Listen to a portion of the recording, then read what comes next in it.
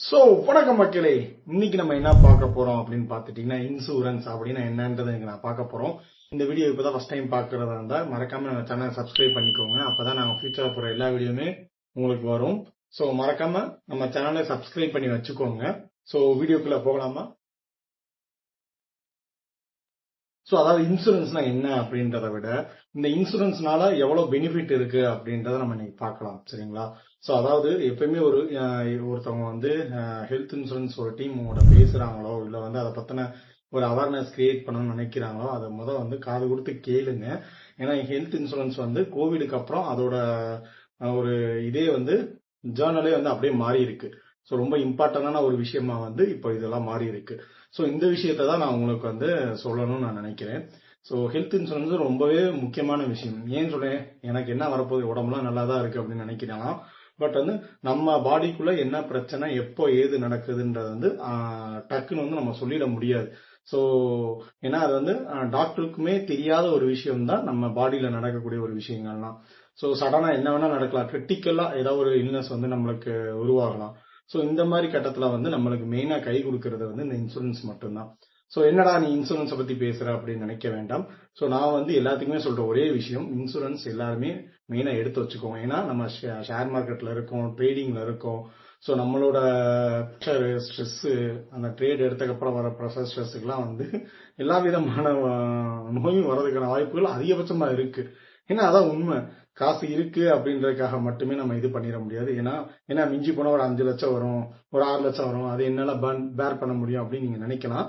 But வந்து 5 லட்சம் 6 லட்சத்துக்கு வந்துச்சா நீங்க பேர் பண்ணிடலாம்.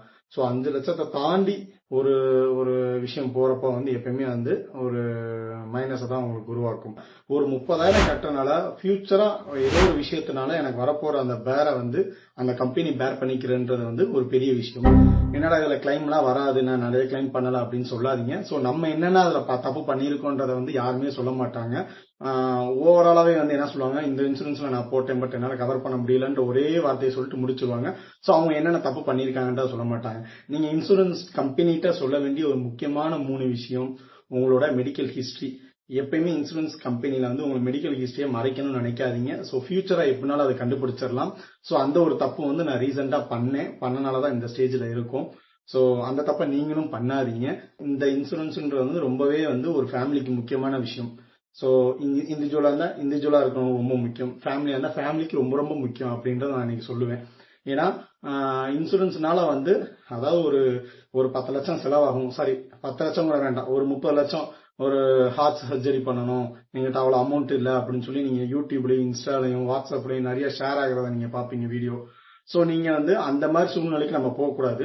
ஸோ எப்பயுமே ப்ரிகாஷனா நம்ம என்ன பண்ணணும்னா, நம்மளுக்குன்னு ஒரு இன்சூரன்ஸ் எப்பயுமே எடுத்து வச்சுக்கணும். மினிமம் வந்து ஒரு 10 லட்சத்துல இருந்து ஒரு என்னைய பொறுத்த வரைக்கும் ஒரு 15 லட்சம் மினிமம் இருந்தா உங்களால வந்து அந்த ஒரு ஒரு ஆபத்துல இருந்து நம்மளால மீண்டு வர முடியும். ஸோ அதுக்கு வந்து நீங்க வந்து மினிமம் ஒரு 20,000 30,000 வருஷத்துக்குன்னு நம்ம இதை ஒதுக்கி வச்சிட்டோம்னா உண்மையிலேயே வந்து ஃபியூச்சரா வந்து நம்ம நல்லபடியா எந்த பிரச்சனையும் எந்த ஒரு இதுவும் இல்லாம நல்லபடியா போறதுக்கான ஒரு வழியா தான் இது இருக்கும். ஏன் இதுக்கு நான் சொல்றேன்னா, எவ்வளவோ நம்ம செலவழிக்கிறோம். அந்த செலவுல நம்ம இந்த ஹெல்த் இன்சூரன்ஸ் சொல்றப்ப நம்ம ஒரே வார்த்தை என்ன சொல்லிடுவோம்னா, அதெல்லாம் ஒண்ணும் இல்லை, எனக்குலாம் பாடி எல்லாம் நல்லா தான் இருக்கு, இன்னும் 100 வருஷம் நல்லா இருப்பேன் அப்படின்னு சொல்லலாம். பட் வந்து கோவிட் மாதிரி ஒரு சூழ்நிலை வருது அப்படின்ற பட்சத்துல எத்தனை பேர் ஆக்சிஜனுக்காண்டி போராடினாங்கன்றது தெரியும். பெட்டு கிடைக்காம எத்தனை பேர் வீட்டுல ட்ரீட்மெண்ட் எடுத்தாங்க, அதுக்கு எவ்வளவு செலவாச்சுன்றத வந்து அவங்கவுங்களுக்கே அது தெரியும். நம்ம சொல்லி இது பண்ணணும்னு தெரியாது. ஸோ கோவிட்க்கு முன்னாடி இந்த ஒரு இன்சூரன்ஸ் அவேர்னஸ் வேற, இப்ப இருக்கிற இன்சூரன்ஸ் அவேர்னஸ் வேற. ஸோ இந்த அவேர்னஸ்ல இப்ப எல்லாருமே ப்ரிகாஷனா இருக்காங்க. பட் வந்து அதுல என்ன தப்பு பண்றாங்கன்னா, சில விஷயங்கள் வந்து தப்பு பண்றாங்க. ஸோ வந்து இன்சூரன்ஸ் போடுறப்ப சும்மா பேருக்குன்னு ஒரு 10,000 கம்மி பண்ணுங்க, ஒரு 1,000 ரூபாய் 2,000 ரூபாய் போடுங்க, எனக்கு இங்க 5,000 ரூபாய் போடுறாங்க, நீங்க என்ன 10,000 ரூபாய் போடுறீங்கன்னு கேட்கறாங்க எல்லாருமே.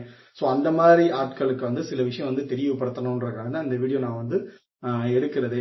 ஸோ மெயினா வந்து ஒரு இன்சூரன்ஸ் நீங்க போடுறப்போ வந்து நீங்க ஒரு ஹாஸ்பிட்டலைஸ் ஆகுறீங்கன்னா எத்தனை நாளைக்குள்ள அந்த ஹாஸ்பிட்டல் இருந்தா அந்த கிளைமை வந்து கவர் பண்ண முடியும் அப்படின்றத தெளிவா கேளுங்க. ஸோ அதுக்கப்புறம் வந்து நீங்க வந்து ஒரு ஆப்ரேஷனே பண்ண போறீங்கன்னா அந்த ஆப்ரேஷன் முன்னாடியும் பின்னாடி எவ்வளவு செலவாகுதோ அதை பேர் பண்ணுவாங்களா அப்படின்றத நீங்க தெரிஞ்சுக்கணும். ஸோ எமர்ஜென்சிக்கு இங்க பார்க்க முடியல, ஃபியூச்சரா வந்து எமர்ஜென்சி இங்க பார்க்க முடியல, அடுத்த ஹாஸ்பிட்டல்ல தான், மெயினான ஹாஸ்பிட்டல்ல தான் அதை பண்ண முடியும் அப்படின்றப்போ அங்க உங்களால போய் அந்த ஏர் ஆம்புலன்ஸ் மூலியமா அந்த ஆம்புலன்ஸ் மூலியமா போய் பாக்குறதுக்கு அந்த ஆம்புலன்ஸ் செலவுன்னு ஒண்ணு இருக்குல்ல, சோ அதை அவங்களால பேர் பண்ண முடியுமா அப்படின்றதை பார்க்கணும். சோ இந்த மாதிரி எல்லா விஷயமே வந்து நீங்க மெயினா பார்க்கணும். சோ மெயினா வந்து அந்த ரூம்ன்ற ஒரு விஷயம் வந்து இங்க வந்து ப்ளே பண்ணும். ஸோ ஷேர்ட் ரூம் பாக்குறாங்களா இல்லை சிங்கிள் பிரைவேட் ரூமா இருக்கா அப்படின்றதையும் இந்த இடத்துல வந்து நீங்க மெயினா பார்க்கணும். ஸோ இதெல்லாம் வந்து மெயினா நீங்க பார்க்க வேண்டிய இன்சூரன்ஸ்ல பார்க்க வேண்டிய மெயினான விஷயம். ஸோ எனக்கு தெரிஞ்ச வரைக்கும் நான் உங்களுக்கு சொல்றேன்.